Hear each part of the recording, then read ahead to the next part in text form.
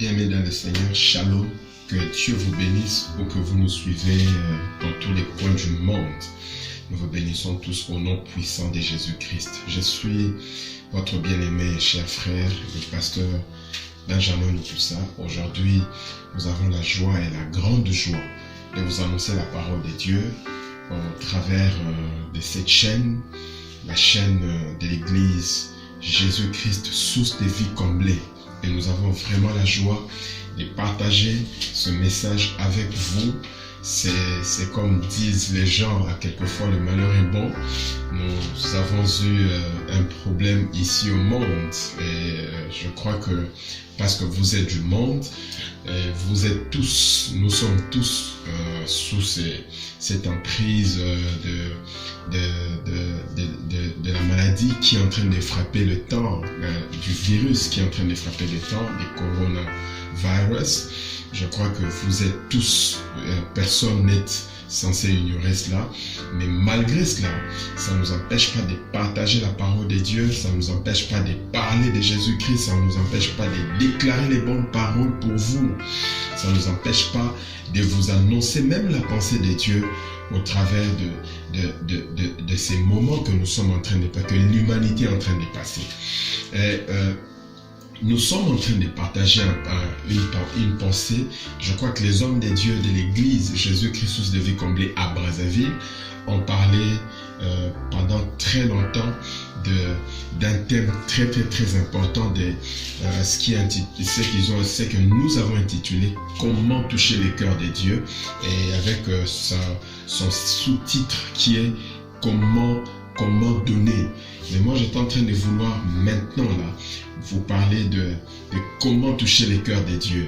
Comment toucher les cœurs de Dieu, comment nous pouvons faire pour toucher les cœurs de Dieu, pour marcher avec le Seigneur, pour vivre avec le Seigneur. Parce que vous savez, la vie chrétienne ne consiste pas seulement en parole, mais ça consiste à l'acte, ça consiste aussi à la démonstration, je peux dire même de la puissance de la parole, de cette merveilleuse parole. Alors, si nous sommes enfants de Dieu, si nous marchons avec le Seigneur, nous vivons avec le Seigneur, nous sommes appelés à toucher les cœurs de Dieu, à vivre comme Dieu, à marcher, à vivre dans la pensée de Dieu. Toucher le cœur de Dieu, ce n'est pas tout le monde qui est habile à toucher le cœur de Dieu. Ce n'est pas tout le monde qui est appelé à toucher le cœur de Dieu. Ce n'est pas tout le monde qui est appelé à vivre par rapport à ce que Dieu est en train d'avoir comme pensée dans nos vies. Et c'est très important. Je pense que ce thème, c'est vraiment une inspiration du Saint-Esprit. Comment toucher le cœur de Dieu? Comment toucher le cœur de Dieu?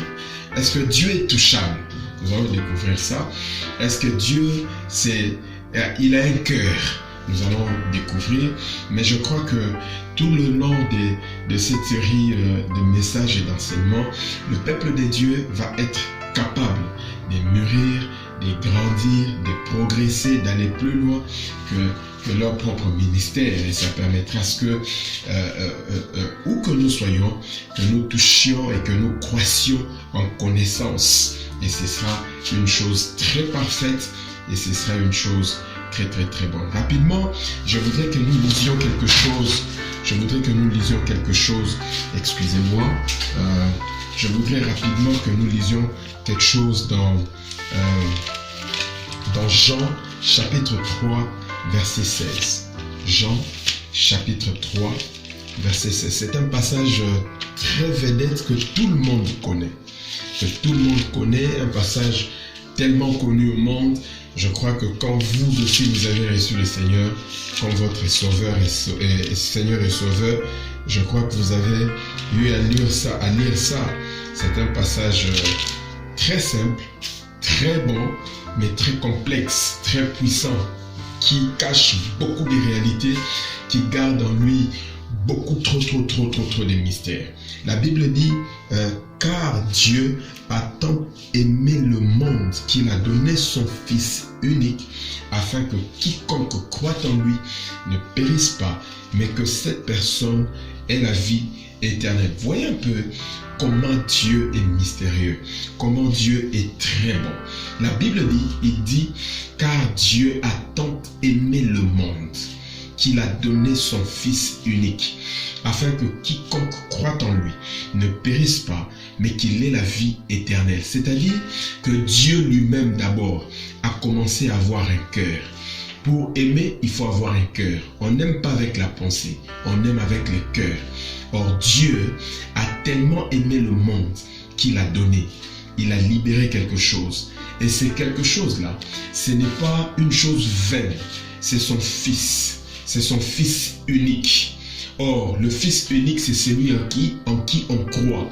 C'est celui en qui on donne beaucoup de charges. C'est celui en qui on donne beaucoup de pièces de connaissances. C'est celui en qui on donne beaucoup de pièces de formation. C'est celui en qui on croit. C'est celui en qui on donne des responsabilités. Et la Bible dit que Dieu a pris ce fils-là. Il lui a donné. Il a donné à qui? À qui Dieu avait donné ce fils? À qui est-ce que Dieu avait donné ce merveilleux fils, ce merveilleux don? Vous savez, un enfant, le fils premier-né, quand vous êtes sur vos premiers pas, vous avez comme l'impression que c'est le début, c'est le cheminement et même c'est la fin. Mais la Bible déclare que Dieu a pris cet enfant-là, il lui a donné. Il a donné à qui? Il a donné au monde, à l'humanité, c'est-à-dire aux hommes que nous sommes, aux humains que nous sommes. Il a donné. Tout en sachant que les humains sont méchants. La Bible dit par rapport à Genèse chapitre 6, Dieu avait trouvé que les cœurs des hommes étaient tellement méchants.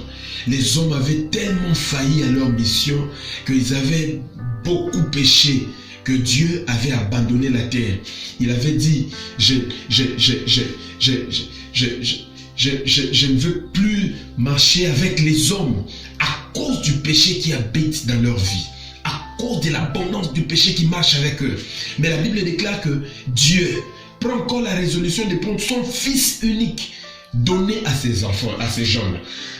Excusez-moi, donné à ces hommes, donné aux hommes pour que ce fils-là meure pour eux, pour que ce fils-là les remplace, prenne leur place, afin que Dieu vienne trouver la place. C'est-à-dire, quand Jésus-Christ venait mourir, Dieu ne voyait plus Jésus-Christ.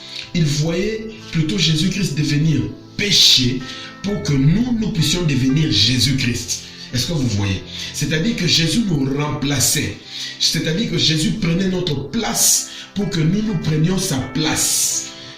Donc Jésus-Christ avait été rejeté, devenait rejeté, parce que Dieu avait tourné les dos aux humains, aux hommes que nous sommes. Maintenant, Jésus-Christ, quand il venait, il prenait la place du dos que Dieu avait tourné.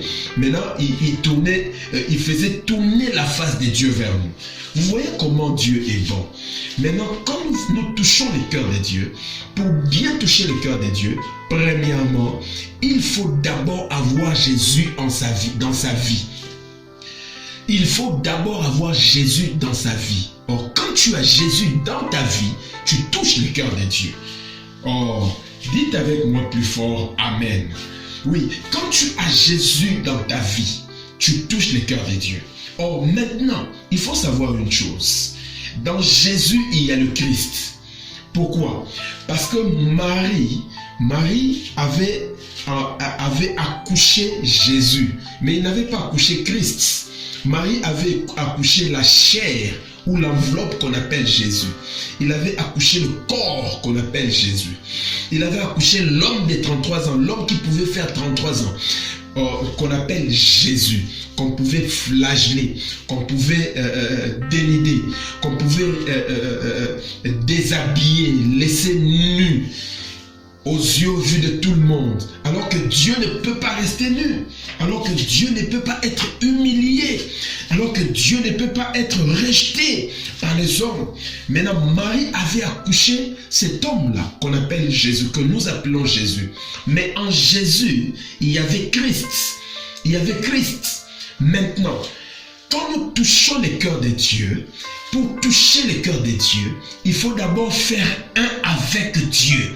Être un avec Dieu. Je suis en train de dire, pour toucher le cœur de Dieu, il faut être un avec Dieu. C'est-à-dire, il faut être salive de la salive de Dieu, pensée de la pensée de Dieu, excusez-moi, démarche de la démarche de Dieu, parole de la parole de Dieu, l'œil de l'œil de Dieu, langue de la langue de Dieu, bouche de la bouche de Dieu, et même je dirais cerveau du cerveau de Dieu.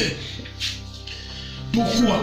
Parce que quand nous recevons Jésus, dans nos vies, en réalité, nous ne recevons pas Jésus seulement, mais nous recevons Christ en nous.